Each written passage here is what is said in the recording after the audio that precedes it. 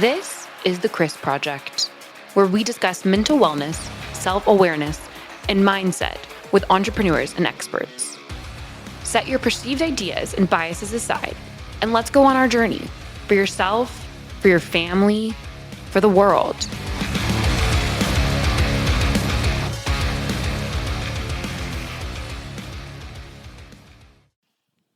Welcome to another episode of The Chris Project. I am your host, Christian Brim. Joining me today is Doug Katz, co-founder of Nulu.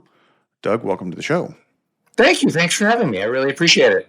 Absolutely. So we'll just jump right into it. What is Nulu? Nulu is, the name comes from the etymology of it, I guess you could say. It comes from Nulu. So it's a knife originally designed around adaptivity, right? I'm a disabled vet. I have some of my own issues. Designed it for myself.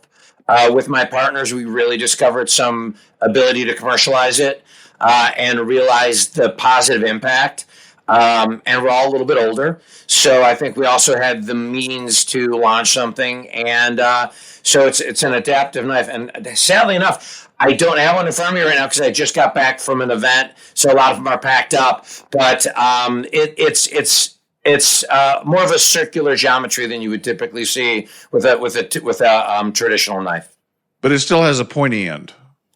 It doesn't. So what we did was, when you think of a traditional knife, and I do have one of those here, as any good bladesmith would, and this is actually a good example, right? This is a very primitive knife, and this actually what started my knife journey, because my wife gave this to me, and it was made by the knifesmith who I later took a class from. But you can see it only aligns with your body when you have a pointy thing on the end. But when you no longer need it as a multitasking item to do this and to cut, then you've created, it does this really, really well. It does this nominally well, but you can see you're holding it here and you're trying to cut here. If you're cutting, what it does is it's very efficient. It affects your kinetic chain. If you're sitting, it's very hard to do.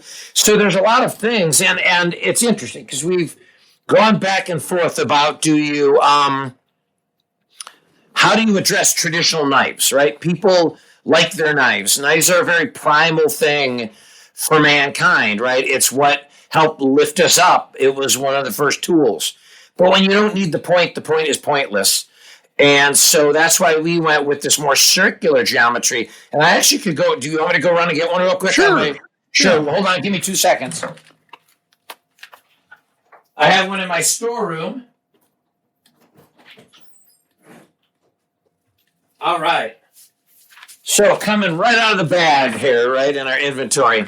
So you can see it's more circular. This is the sheath that we use, but hold on. They're a little bit tight coming out of the box, but you can see it's a very different geometry. So what it does is it aligns with your body. So if I'm standing, you can see that and it's really a bad view, it aligns with my musculoskeletal structure. So now it's direct force transfer as opposed to more of an indirect linear force transfer. And what it does is it enables people who can't cut to be able to cut better because the transfer of force from their body to the blade is direct. And for people who do a lot of cutting, we're actually getting some interest in the homesteading, hunting, and outdoor community, as well as commercial. It allows you to cut without the risk of the repetitive stress injuries that can sometimes impact people who do a lot of cutting. So this was not designed to be a combat knife. This is more... No. And in fact, it's interesting because that's been part of the challenge is the differentiation of knives, right? Some are more aggressive. This is meant to really be optimized in food preparation and some field craft. We're trying to figure out how it fits best in things like skinning or butchering because there are some specialized aspects. But what we're realizing is Nulu is less a knife than a cutting system.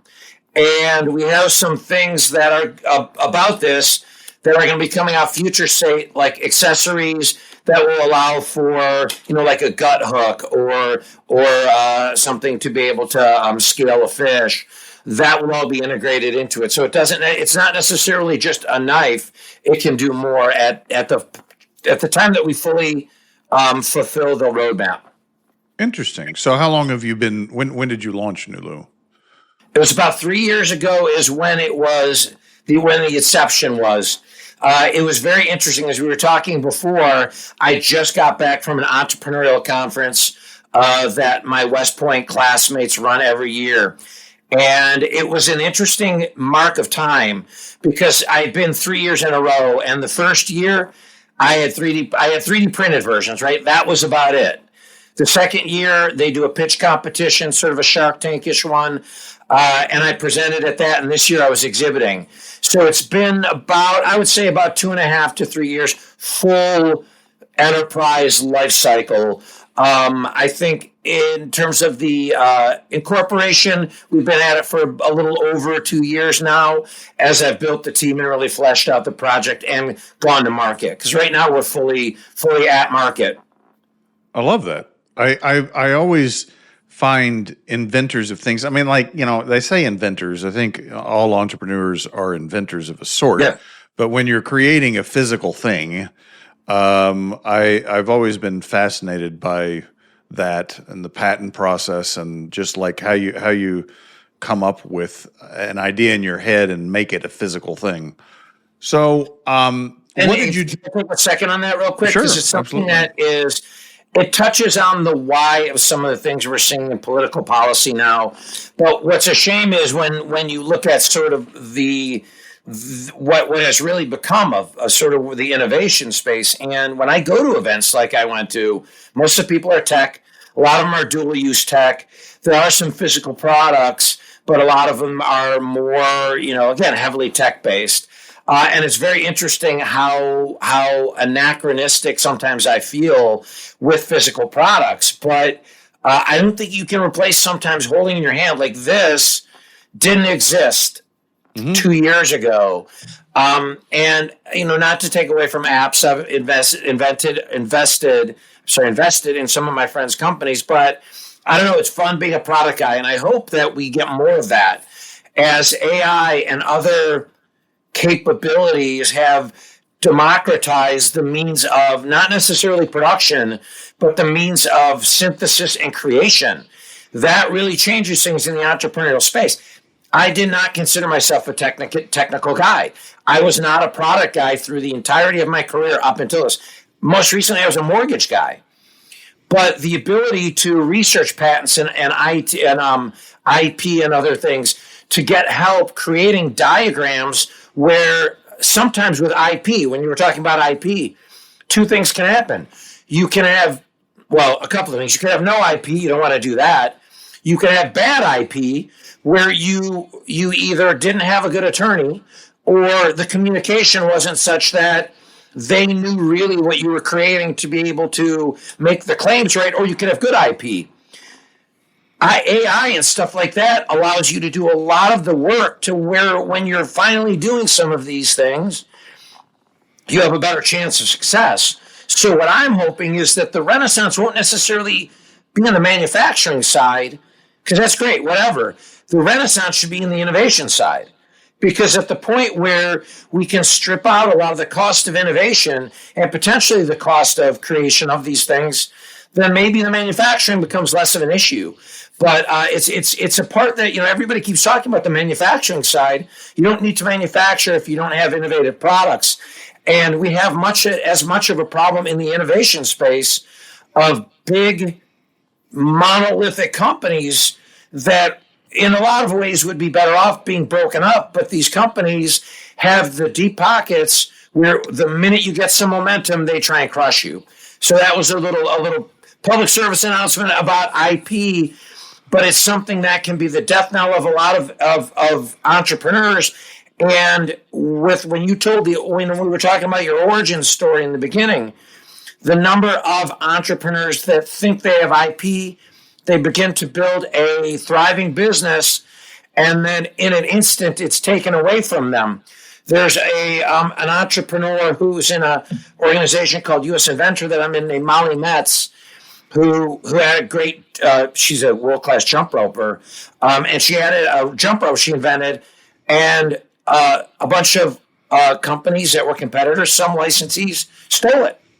And, that's when you talk about some of the loneliness of being an entrepreneur, when that happens and your life dreams get crushed, it's pretty ugly. So IP is something that they definitely need to understand, but they should be using the tools out there to create as many moats as they can, because that will allow them to run their business. Yeah, intellectual property is interesting. Chris, who the show is named after, was a chemist, and his company made a paint stripper. And he was a self-taught chemist, strangely, and he was also a ex-Marine, so he had some similarities with you there. But he never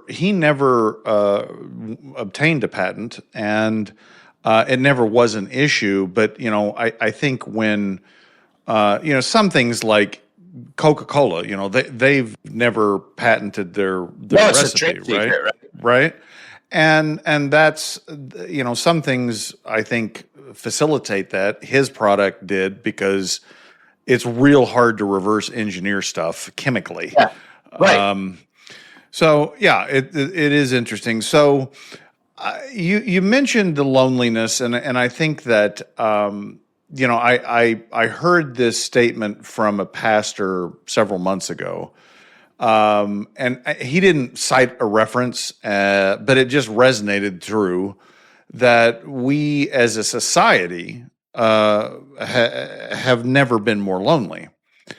And I'm like, that feels right. I think entrepreneurs. So I don't want to set entrepreneurs above everybody else and say that loneliness isn't an issue that a lot of people struggle with, but I think the thing that to me really causes the loneliness is this trying to pretend, put on a mask, if you will, right, of everything's okay. I understand it. I've got it under control. Right. Well, and it's almost like it's isolation and not loneliness. Like, I think the physical, like loneliness tends to be on the outside, and when you're talking about it, it's the isolation, I think. But I think that's a unforced error, because I agree. That, like, when I looked at parenting a different way and decided to tell my kids I know nothing about any situation in general, like everyone is new and I have never dealt with that, but the information that I have to then be able to solve that issue can help. But at the point that I tried to give up, or that I did give up, that the important part was the knowing, I guess, the technical competence. And when you elevate to more of the strategic and decision-making and the other competence, the other stuff comes. And frankly, again, this is the kind of the military thing. When you're in the field, right, you're making decisions, but you don't necessarily know everything going on. You're making the best decisions, and people do things based on, hey, does this person generally make good decisions with the information they have at the time?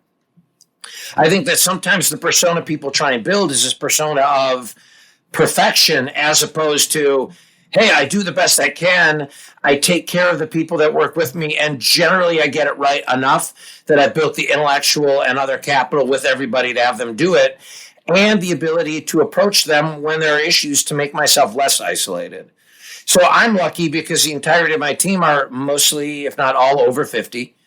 There's a quiet professionalism. They've seen commercial tragedy and personal tragedy. So I just think people deal with it differently, and it's more collaborative. I think at a younger entrepreneur level, sometimes there's something to prove, and they think that what the world, investors, clients, and everything want to see is perfection, and this person's in control of everything, as opposed to, wow, this person is very good at building a phenomenal team, and executing, and that's what I trust. Yeah, and I also think just the way we talk to ourselves as entrepreneurs. I was walking yesterday morning and I was contemplating, and I was like, I've made some good decisions and some bad decisions, and then I'm like, well, wait a second. That's only known when you state it like that. You only know whether they're quote good or quote bad in retrospect. You don't it's not like you set out to make a bad decision or you set out to make a good decision. It speaks to what you said, like your experience, your intellectual capacity, the principles on which you make decisions. Yeah. Like I'm going to protect my people, or what other values you make decisions on. And the reality is that we should strive to make the decisions through a certain process or paradigm, not understanding that the outcome is largely out of our control, right? Right. We can control certain variables, and we have to work to do the best we can with those things that we can control. But in life, and especially in entrepreneurship, the vast majority of the things we have no control over. Like, you have no control over someone buying the knife or not buying the knife, right? Like you can't put a gun to their head and say, buy it, right? That's not how it works. Right. So that outcome is beyond your control, right? Right. So to sit there and try and control what's interesting is the resource allocation isn't, right? So that's where, and that's where I think, like, it's interesting as you talk about bad decisions. You make them all the time, but the scale of the decision is, I think, what defines how you look at it in the macro, right? So, if I set something on the counter and I don't take the time to make sure that it's fully balanced and falls on the ground, oh, that was stupid. It was a bad decision, but the outcome is less. I think the bad decisions that people generally that stay with them are ones at a scale where part of not making the bad decision is understanding that scale, the risk involved, and then going to the right people. Because if the scale is such that it will affect more people than just you, it is a leadership competence and an entrepreneurial competence to say, like, what are the risks and who should I be talking to, even in a short conversation? Or even, going back to AI, saying, hey, you know what, just take a look at what do you think of this? And should I engage some other players? And I think then that really changes it, right? Just understanding, right? And it's sort of a resource allocation, even your brain power and worry. I can clean up the stuff that fell off the counter. It's not going to affect anybody else, but I can't clean up the stuff that maybe really adversely impacts how it affects even a small enterprise with 4 or 5 other people. Yes. And I would say that really what you're talking about, resource allocation, I use the Pareto principle all the time with me and my team, in the sense that, like, 20%, and this is, I don't know how much you've researched or utilized the Pareto principle, the 80-20 rule, but it's fascinating how it shows up in pretty much anything that involves human behavior. Right. And the reality is that the majority of the things, it may not be 80%, that percentage is not set in stone, but the ratio is it might be 2/3 to 1/3, but like it's that ratio is large, that the majority of the things that you do really don't have much impact. Right. And it's like you said, it's you can't focus on those things. Well, you can, but it's bad resource allocation. You have to focus on the 20% of the things that are really going to move the needle, that are going to have the most impact. And you can't approach every decision the same way, or you would run out of resources, or run out of time. Right. So you've got to identify those 20% that are most important, and put your resources into making the best decisions on those 20% that are going to have impact.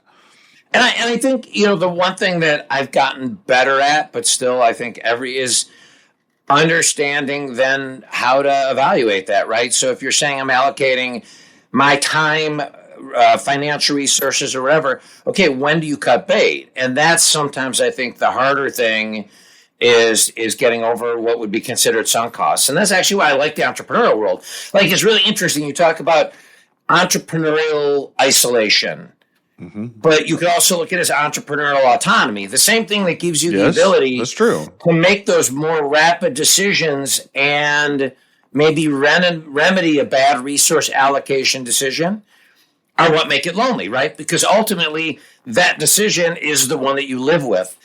Yes. But I lucked out. I figured out that I'm good at making the decisions when I have really good partners or when they're making their decisions when they need input from me. So I think that experience and wisdom go a long way, I think, with entrepreneurship as well, and patience. And that's why, when I was at this event this week, Monday and Tuesday, and there were some younger entrepreneurs, and when I come on podcasts, and they ask me stuff, I'm like, find some older guys, find some folks who corporate America has unwisely displaced because they're only worried about what the cost is, and they don't know about the soft cost of not having informal mentorship and things that bring down the stress level and all that. And I'll gladly continue to keep building teams because we have some other products we're looking at bringing out of those folks, because I think that's what creates it, right? And if you look at like how the military does things, right? When I was in the Army, you have your officer and you have a more senior, non-commissioned officer giving them good guidance. And the good lieutenants and captains and majors and everybody listen to their NCO because there's a wisdom to be able to have them not make those mistakes. A good entrepreneur can create that same kind of structure. It may cost you more, but when you don't have all the overhead, find the good people. Don't be chintzy with equity or equity for service if you find the right people, because I think you live and die based on it. This didn't happen without my team. And the more I realize that every day, the better I've gotten in everything I'm doing, right? It's all about the agency of others. And I think that helps. And it helps also with the isolation. At the end of the day, when you put your head on the pillow, if you're running an organization, yes, it does end with you. But when you empower people to help you make all those right decisions, you're going to sleep much better at night. Yes, and I think that, like, I kind of giggled in my head, like, yeah, butter bars don't really know what they're doing. They have to have a good sergeant to direct them because they're new. They don't know anything usually. Yeah. And I think that the reality is that the NCO is in the same place as the lieutenant. Right. In that they have to go to bed and live with their decisions as well. The difference is that guys got more experience, right? Right. Right. And there isn't a substitute for experience, which is why I think trying to do entrepreneurship by yourself, and I'm not saying you don't have employees. What I'm saying is you don't participate in peer groups and have entrepreneurial colleagues that you discuss things with is a very dangerous place to be, because 100%. You don't know what you don't know, right? And I've been fortunate enough to be in Entrepreneurs Organization for 13 years.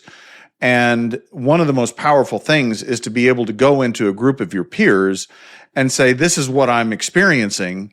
And they say, well, I'm going through that exact same thing, right? Or I have gone through that same thing.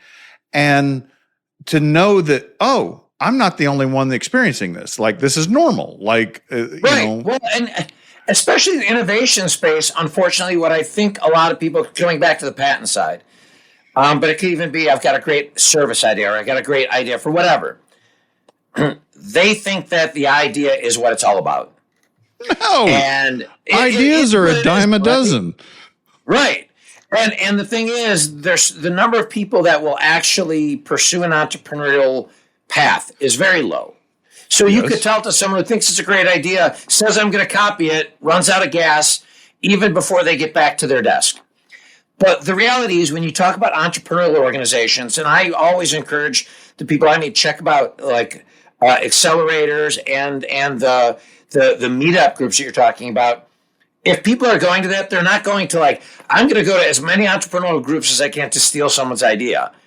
They're going to solve their problems. So I have found, and I 100% agree with you, that you need to have that group of people to just be able to say, and they don't even have to know your business. No. Sometimes it's an ability to sit down, and when you try and articulate the problem, they might not help you with the solution, but they may understand you have a completely different problem than you think you do. And that's why the more that you can get other people involved in helping you, the better. And that's been my big level up. And it's taken me a long time to get there. And I think military guys especially make great entrepreneurs and terrible entrepreneurs at the same time, because they make great entrepreneurs with everything they've learned, whether they're enlisted, NCOs, or officers. But they get out in the civilian world and they think, haha, I was like 5% of the population. So there's certain skill sets I have. And if I'm with military guys and gals, I know that they know what I know. So I don't have to babysit. I don't have to do everything. But in the same way, when you talk about like a butter bar getting out there and being like, oh, I have to show everybody I know everything, because immediately they're thinking I don't know anything and I'm not going to be that guy. I think military have been so lionized appropriately for so long that people get out there like, I have to live up to that. I got to be Captain America. As opposed to saying, well, what worked for me in the military? Well, there might have been a platoon leader in the same battery, and I could, or in a battery commander in the same battalion who I know from whatever. And, hey, how are you solving this problem? I'm having this issue. And they forget that, right? Because when you do that, like all of you know that you don't know everything and that you're going to be dealing with problems. But I think that stands in the way sometimes of military guys being really, really good. They get focused on the wrong thing as opposed to focusing on good decision-making, character, honor, commitment to duty, sacrifice. The event that I went to on, last 2 days, one of the keynote speakers was I think he was a major general. And what I loved is he brought up the eating last, right? Eating after the troops, making sure everyone is fed. If you bring that stuff to any endeavor and hire the right people, you will have some type of success. Might not be where you want to be, but if you build the right team, take care of them, and have a great product or service, it's not guaranteed. Timing matters, but you're more likely going to not be in the 90% of businesses that fail. There was a book, I think, Leaders Eat Last. I think that is a book. Yes. Yep. And I was also fascinated. We went down to Fort Sill and did a tour. They have a great. Were you ever stationed at Fort? Were you in artillery? I was in the field artillery, so I did the longest officer basic course in the Army at that time. It might still be, and I think it's still at Fort Sill. I think now though they have ADA there as well. But yeah, so I spent, and this is my Sill story. So I spent my OBC there, but when I was picking my post, when I was graduating from the academy, I wanted to go to Europe really, really bad. I'd spent a summer there and really enjoyed it. And the year before, it was a downsize. So everybody who had picked Germany in the field artillery got sent back to Sill. So I picked Fort Carson, Colorado, because I said, I will not be stationed at Sill for my first 4 years. No offense to Oklahoma, but no. Not going to be in the cards. Comanche County is a cesspool, so I completely understand. Very good beef, though. Some of the best steak I've ever had. Well, but back to my point was one of so you're familiar, but for the listeners, they have reconstructed the fort, and there's like a museum. There's also a separate museum of the progression of artillery, which I found fascinating.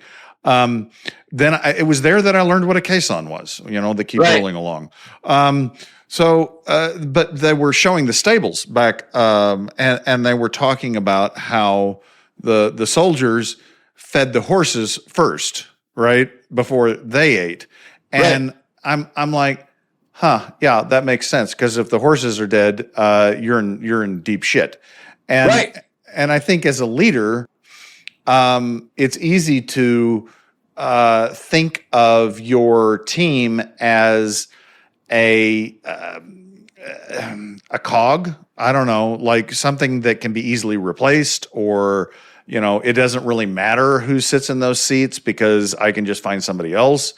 But and military guys completely understand this, but civilians and I had to learn that the team is everything. Like the team you build is and you nurture and you grow is the level of your success. It's not you.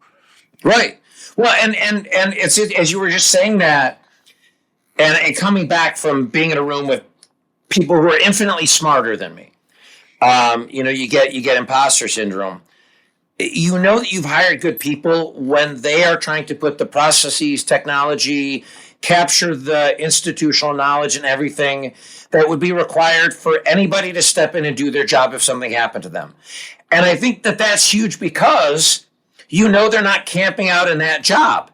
They're about continuous improvement because they're looking and they're saying, one, I care about the organization, and I know that in the event that something happens, that they can still function, and that they have their eye on improving the next thing. And I would say for me that, the lessons with that I think have carried into my civilian life from my military side was, a good leader when they will never hold back a subordinate from going to a school, right? Like in the military, schools are a lot about where you get certain certifications and can be very dependent on your career or have a big impact. And I always remember where, there were sometimes people would hold back NCOs or enlisted from going to a school because there was a field training exercise or something where they had to go and they just needed. And that always, the best leaders didn't do that. They would say, we'll make do. We know far enough out that we can, but that's a reality. And when you take care of your people that way and say, we'll never hold you back, they're the ones who will stay back to take care of you, right? It's always that ironic aspect of when you take care of people, they do the things that the people who don't take care of them force.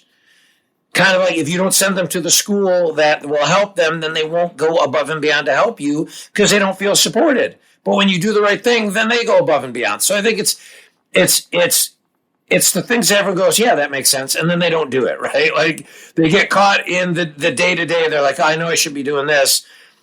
There's something in the cadet prayer that's always stuck with me is doing the harder right versus the easier wrong. And if 90% of the time you do that with your people, you will feel a lot less isolated because they know that you're doing that.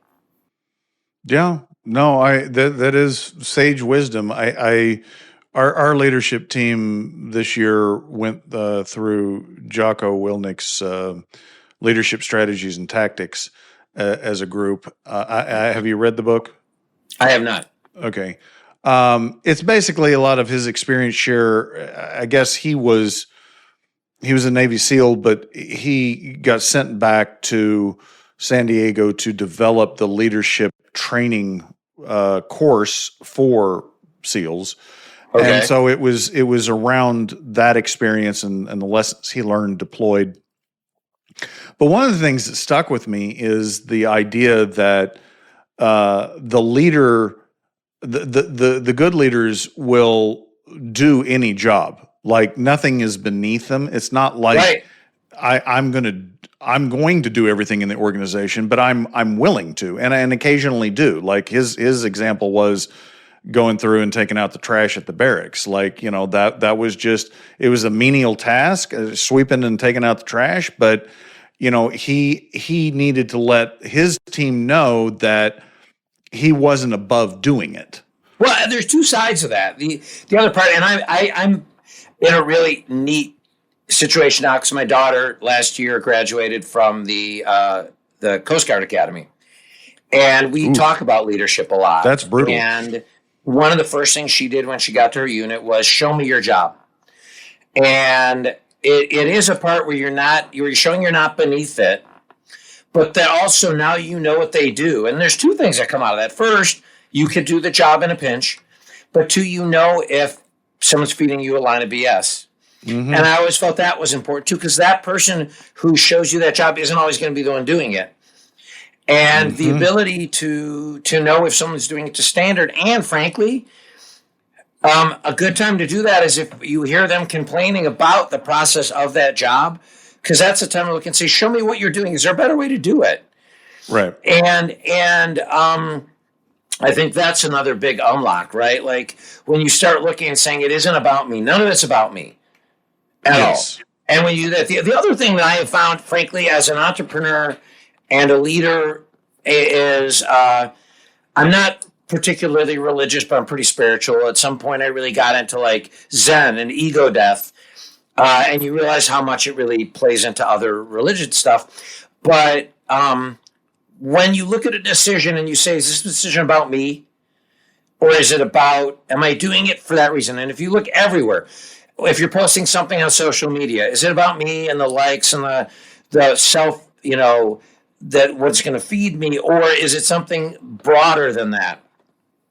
And I think when you do that, that's a really, really big unlock too. When you're looking and saying, wow, am I feeding my own ego? Am I doing something to benefit me, completely financial at the expense of other people? When you go through that, that's another big thing. That becomes another big unlock, because then you realize how many decisions that you were making were self-motivated. I can remember the day that my first partner, the guy who really is behind a lot of the design on this, and we teamed up, and I was about to say I brought him on, but it was really we teamed up when I had a very early prototype that was Fred Flintstone style. And one day he goes, how do you feel about me, saying co-inventor? And I'm saying, you are. So, and he was kind of taken aback by that, like, oh, I didn't think it would be. I said, it's not about me. The idea was a spark in my head at a given time, with which nothing would have happened had there not been the tinder of having the right people around. And my ego could have been my death with that, because I still would have had primitive, albeit, it would look cool, but it wasn't scalable. It wasn't, I could have gone down the direction of making them on ones and twos and trying to sell them at farmers markets or whatever. But instead I looked and said, this is largely commercializable.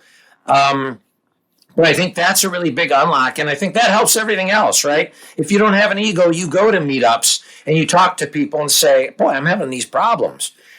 If you don't have an ego, you bring people on and say, run the spreadsheets, run this, do this. What are your ideas? Let's figure this out. Is this idea crazy? I remember one day we brought a guy on board who now is a CEO, because I'm on more of the business development strategy, because I'm working on some other business ventures as well. And we were talking, and it was like his first meeting with us. And two of the other guys on the team are 87 grads from the academy. I'm a 93 grad. And I'm ADD. A lot of my creativity comes from that, but I'll kind of go off. And one of the guys was like, all right, he went off and said, we got to stay focused. And the new guy was kind of like, okay, is this how they do business? And we were all laughing, and we said, that's absolutely how we do business, because he was right to call me out. And I don't have the ego to feel I was being attacked personally. We had a problem to solve. It had hit a point where, and when you get there, that's where you have something special. And the beautiful part about being an entrepreneur with that is you can be pretty sure that the bigger guys that you're going after, if you're doing something like we are, aren't operating that way. No. It's all about egos. It's all about maintaining your status, whether it be in forward momentum to be managing up to make those people happy instead of managing down, or if it's in, am I looking at every decision about, will I keep my benefits? Will I get fired? Will I be able to pay my mortgage? And those are valid, But the entrepreneur is looking and saying, how do I grow to be able to continue to do that and enable people that work underneath me to be able to do that as well? And I think it's inherently different. And if you figure it out and you take what we've been talking about this whole time, the autonomy and independence that can lead to the feeling of isolation, and you turn it into becoming the Avengers and bringing on all the people that will interlock to be able to strengthen their weaknesses and amplify their strengths in a collect, you're going to beat anybody out there. I love that statement. Doug, we're going to end on that note because it was so brilliant. How do people find out more about Nulu and what you're doing? They can go to NuluNayas.com. I was going to say www, but some of my team are like, stop doing that. People look for you to have a walker. You're not putting HTTPS : so yeah, they can always find me if they look. I've got a pretty big digital footprint. We will definitely promote this podcast as well, so they can. We'll have. If they find you, they'll see the podcast, and we'll have links there.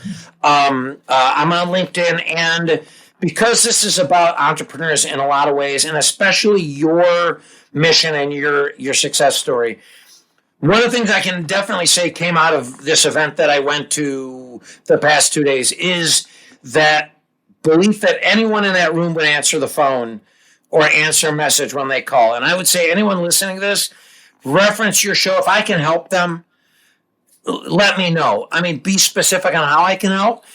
But I have not just my team, I have gotten to where I am now with friends who will drop everything. At this particular show, I have a guy who I was in basic with at the academy, and he has done well. He's a big part of this organization, but was consistently bringing over people who I didn't know what they did and making introductions.